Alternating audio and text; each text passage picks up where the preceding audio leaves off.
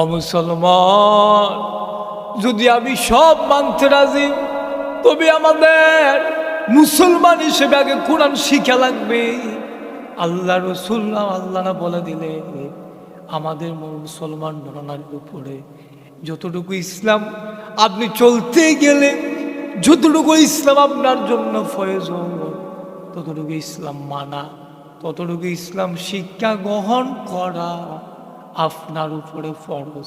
এই জন্য মা গো, ও আম্মা গো, তোমাকে বলি গো আম্মা, তোমার ছেলে তোমার মায়া স্কুলে পড়াও মানা নাই, কলেজে পড়াও মানা নাই, তবে আম্মা সবার আগে তোমার আমার কোরআন শিক্ষা লাগবে, নবীর আদর্শ মানা লাগবে।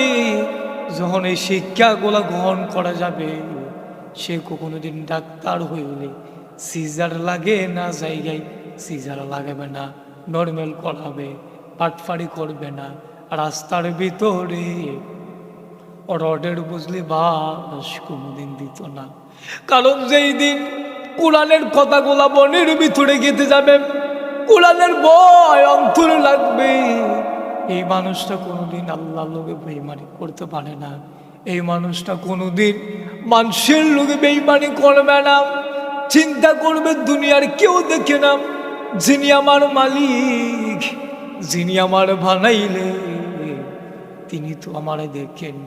এই জন্য বলি আমাদের কোরআন শিক্ষা সবার আগে।